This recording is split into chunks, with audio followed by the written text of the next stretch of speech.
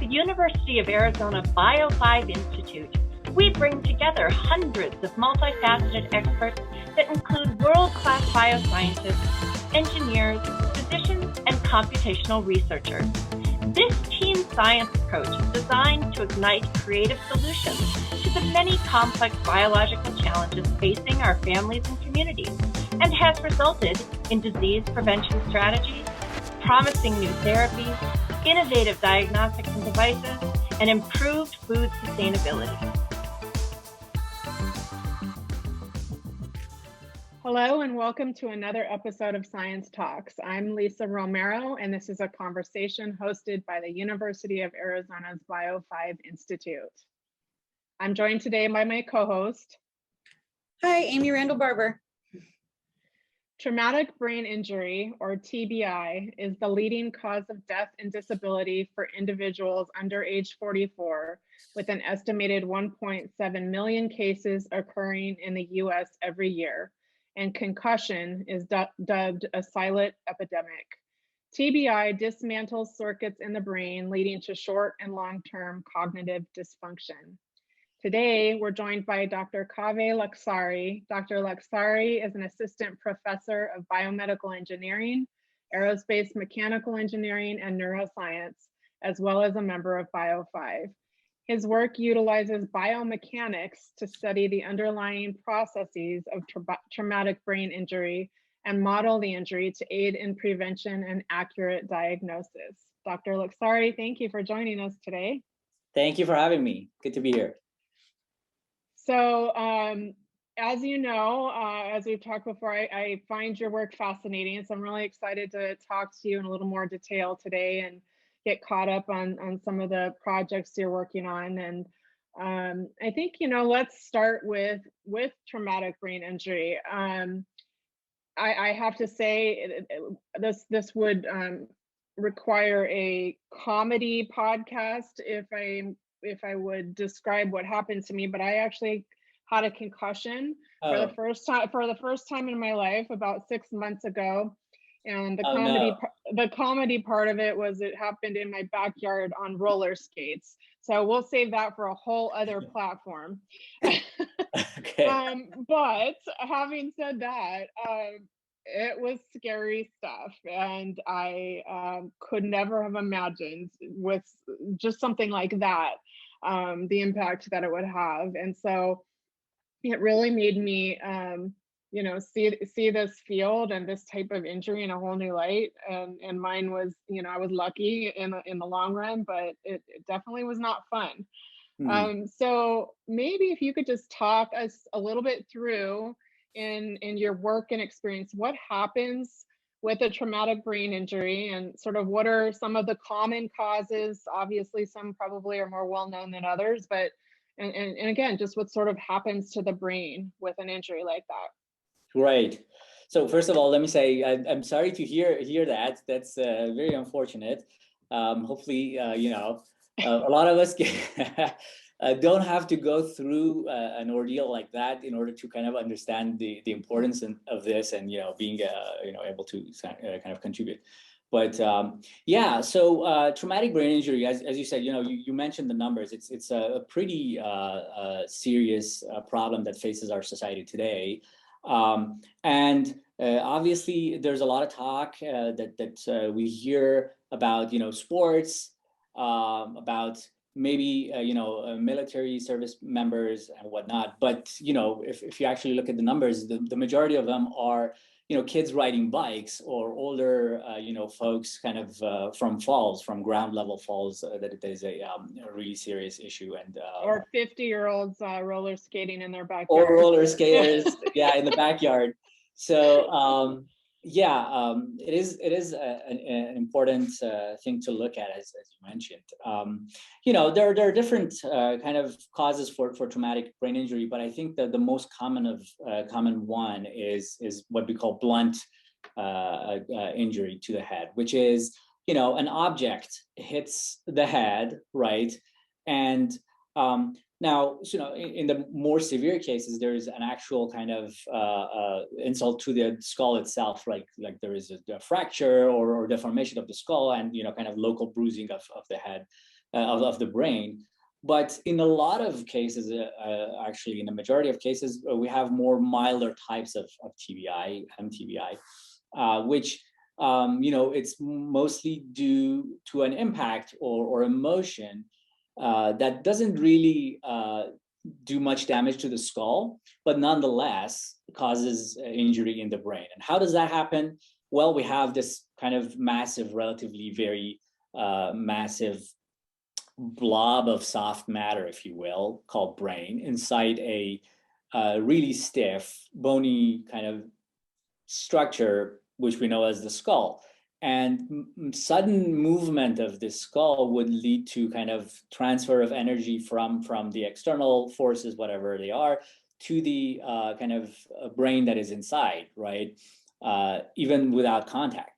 And since we don't have perfect coupling and kind of attachment between the brain and the skull, this causes the brain to move around and kind of wobble around, if you will. And because of hitting the inner side of the skull, or because of excessive stretching or shearing in different parts of the brain, that causes more kind of smaller structure, like the microstructure of the brain, to get damaged. The axons, which are if you will, the wiring of the brain, right? They carry the information from one point to another. They can get injured very easily. Of course, this is a more biomechanical kind of view of things, which is what I do in the lab. So yeah, that's what happens usually in a brain injury. Thank you for that explanation. I would like to know what part of the brain is more vulnerable? Is it the front, the back, the sides, and why? Oh, that's a great question. It used to be like, again, with more severe and focal types of injury, where there was skull fracture, like car accidents before, we had all the safety measures in the car. A lot of the injuries happen to the surface of the brain, whether in the back or the front. Nowadays, I think there's a lot of injuries that we see that are more deeper inside the brain, right? And one particular region that is reported a lot, and we've seen in our work, in our modeling as well, is what we call corpus callosum, which is in a way the bridge between the brain has two different hemispheres, and they're connected in the middle through this corpus callosum, and that's where we see a lot of damage and injury. And that has to do with the particular shape and geometry of the brain, and also the kind of boundary conditions, if you will, that is the skull, how the skull is formed. So we know the skull is bony, but it has these membranes that are a lot stiffer than the brain, softer than the bone, but still a lot stiffer than the brain matter. And one is kind of right in the middle of the brain, which we call falx cerebri. It kind of separates the two hemispheres, and one at the base of the brain. And depending on where it hits or causes extensive stretching, as I was saying, to the brain, that could cause damage, right? And as it happens, the falx cerebri is right on top of this corpus callosum. And that seems, at least in our research, to be an important region to study. I see. Okay. Good to know. Thank you. Sure. Yeah, I mean, it's really interesting. I think the perception of brain injury is simplistic to somebody. You hit your head and you get an injury, and I think all of these nuances are fascinating. And I think really important, in making progress to better prevent and diagnose and treat. And I've done a little bit of reading and read you've developed some things like a specialized mouthpiece, with a microprocessor that delivers data related to the movement of maybe an athlete's or some other type of a function that uses the head and the neck a lot, and that causes injuries. Can you sort of describe the focus on creating tools that examine that movement, sort of like under a helmet or in a mouthpiece situation, that help you, gather this kind of data? Right, absolutely. So this will be a continuation of the work that I was doing as a postdoc at Stanford University that we continue here. And the idea is like I was saying in the beginning, right? A lot of the information that we need as an engineer to kind of understand what sort of forces are excessive, right? And cause injury, or how to kind of prevent these from happening with protective equipment and whatnot. Has to do with, well, first thing is knowing what sort of forces we are measuring, right? Which is kind of very difficult, especially if you're thinking, on the field. In the lab, yeah, there are sensors and measures that we can do, but on the field, what's out there? So I think the kind of next best thing as to measuring the external force that is applied to the brain is its effect on the head, right? So what we call kinematics, right? How fast or slow, in what direction, for how long, and so on, does the brain move as a result of that impact, right? So a lot of these athletes wear a mouth guard. I think that's kind of prime real estate for sensors. And with the advances that we have now in sensor technology, we have really tiny sensors, which are essentially, pretty much all of us have in our smartphones these days. These are really tiny sensors that we now put in a mouth guard, and we're able to measure their head's kinematics, head's motion, wirelessly, as they're going about their own game, and then download data or download data after the game or wirelessly again. So that's one thing that has kind of moved the field forward, in that now we have some measures of what actually happens to the head, right, as a result of all these impacts. Now, we've been collecting data from American football players with the helmets, maybe hockey players and so on. Here, we're doing some work with soccer players, especially, women's soccer. I think that this is one, field that's kind of understudied. So we're putting some focus on that, as well as, more kind of, contact-oriented sports like mixed martial arts and whatnot. So we do have a lot of the data from different sports in terms of, okay, there is an impact. What is the result of that? How does the head of this person respond to that impact? From which point then we can do a lot of modeling, which is exactly what we do.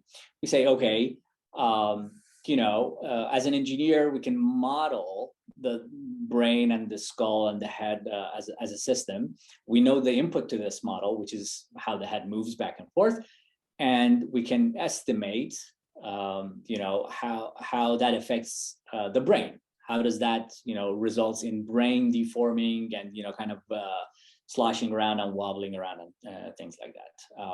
And so you can see from a kind of macro scale external force, we go, what happens to the brain, and then from there we can say, okay, we go one step further and say, now in the brain, the little axons, or in fraction of a millimeter length scale, what happens there, and does that constitute injury or not?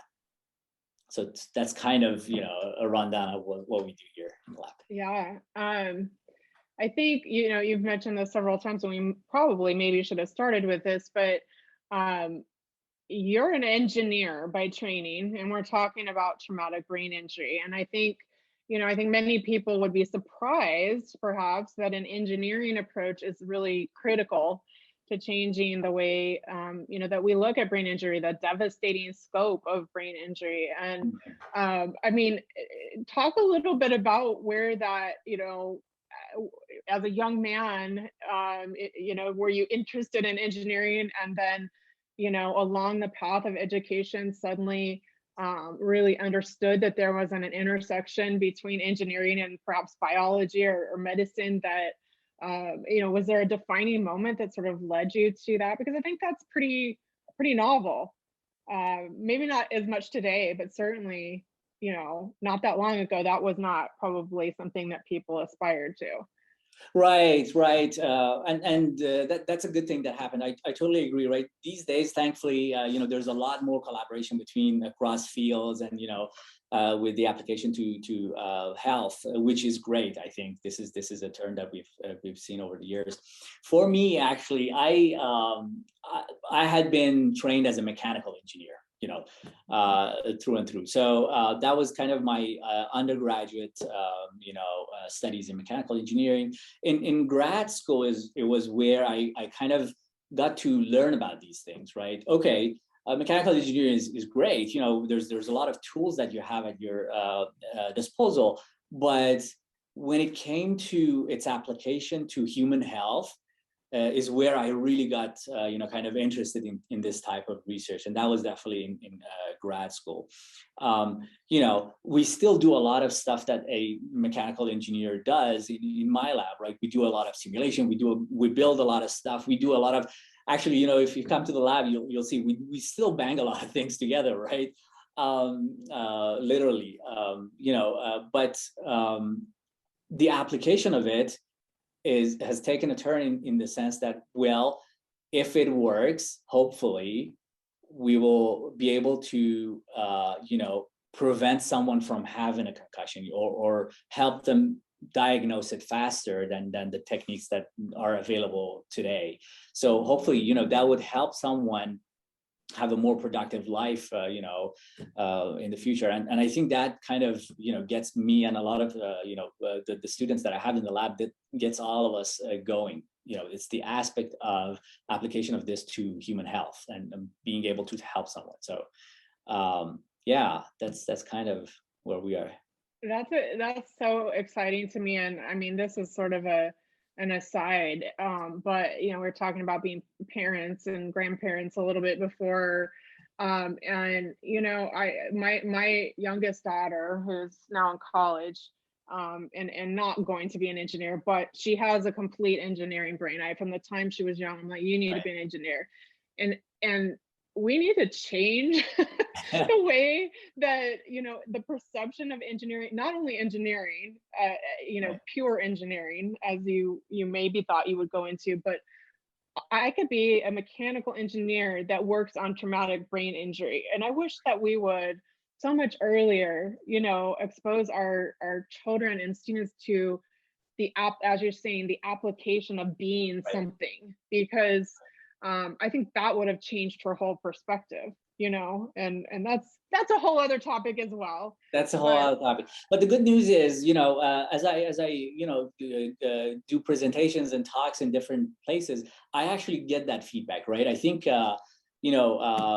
college kids, they are actually really smart, right? They kind of understand this application in different things. And the questions that I get from them I'm like, wow, I wouldn't have been able to ask this question when I was this age. So I'm actually really, kind of hopeful for that. Yep. But you're totally right. Got to do it even before college, because that'll hook them in. We're working on that with some of our programs as well. Plant the seed, right? Plant the seed in their brain. Yeah, definitely. So you kind of answered my question I was going to ask along the lines of collaboration and how does it benefit your work? You mentioned the application of it. Is there any other thing that you'd like to share with how the collaborative disciplines help? I mean, our work, I think, is nothing without collaboration, right? For our lab, I think when we talk about application to human health, that's exactly where the expertise that we don't necessarily have in the lab, right, comes to the picture. And we have wonderful people who work on the other end of the spectrum, which I think, arguably the more important end of the spectrum, right? We're trying to help them, help people with better health. So, and I'm talking about more, people who are more into medicine and, clinical sciences. And I think that's where kind of all of this becomes very, very interesting, right? Because you're trying to, and I think this is the most difficult part for me as well, which is, learn the language, right? How do you go from kinematics and acceleration and impact and things like that to talk about there is a deficit in their diffusion imaging, for example, right? Their axons are injured or whatever, and kind of learn how to go from mechanics to that, which I think it makes it a lot more interesting for me, but also it makes this work a lot more important in my opinion, in terms of human health of it. And I think we're lucky, right, with an institute like Bio5 that we have here. We have great collaborators that, and we have a kind of forum for all of us to be together and talk. And we have the med school right here, right, a few minutes walk. I think that's what makes all of this work very exciting for me, definitely. It's really interesting. You just brought up learning another language, another application of the way you say things about your work. In all these years, and I'm a communications person, but we talk all the time about collaboration, different approaches, but I've honestly never heard it exactly like that, and that is fascinating to me, and it's absolutely true. I mean, right. You are learning a language that's going to help your work, but it's not what you were trained in, and how you talk about right. the same end game, and that's fascinating to me. I can't believe that I've never really thought of it that way before, but that's very cool. Thank you. Yeah, definitely. Yeah. And it keeps you all learning as well. That's all the time. All the time. Lifelong learners, right? Yeah. So I recently understood that you've accepted the opportunity to be a speaker at our Tucson Festival of Books Science City Cafe just recently. That's exciting. So that's something that Bio5 is also involved in. So I just wanted to say thank you for reaching out to the community in that way and explaining what you do to the community. I think of course. We always kind of are up for things like that. I think the last time we signed up for this, something happened, which you might have heard of, the pandemic. Yeah. And it all got canceled. I'm always happy. We obviously we work with all of your team, working with kids, which is high school kids, and I think that's an important aspect of our work, education, right? And helping them also understand from an early age, as you all were saying. So yeah, of course, happy to do it. I'm excited to watch your talk. Absolutely. So we like to kind of wrap up with like a fun question that we ask everybody. So we like to think of our scientists as superheroes. If you were a superhero, what would your superpower be? That's now this is a question I never thought of. Superhero. And not your science superpowers, because you already have those. Right. No, thank you. I think my character would definitely have a helmet. How about that? But probably help prevent an injury like this. I don't know what kind of a power I would need to have, but be able to help prevent injury in sports, and not even kind of as I was saying earlier, not even like in professional sports, right? Kids riding bikes and whatnot. I think that's really important. And yeah, so probably that is fantastic. The superheroes with helmets. That is right. That is the end game right there. Protect everyone's brains. Right. Love it. Yeah. Well, I mean, thank you. We could talk to you forever, and your work is really important.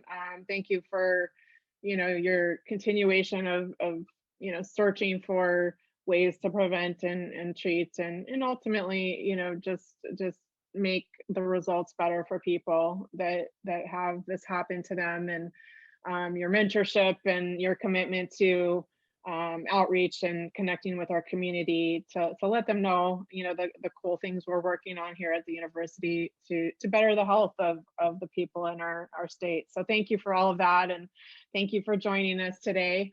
And thank you to our listeners for joining us for another episode of Science Talks. For more information, please visit our website at bio5.org. And from all of us at the Bio5 Institute, we'll see you in the next episode. Thank you very much. Thanks to our listeners for tuning in to another episode of Science Talks. Continue the conversation with us next time as we learn more about the amazing science happening at the University of Arizona's Bio5 Institute.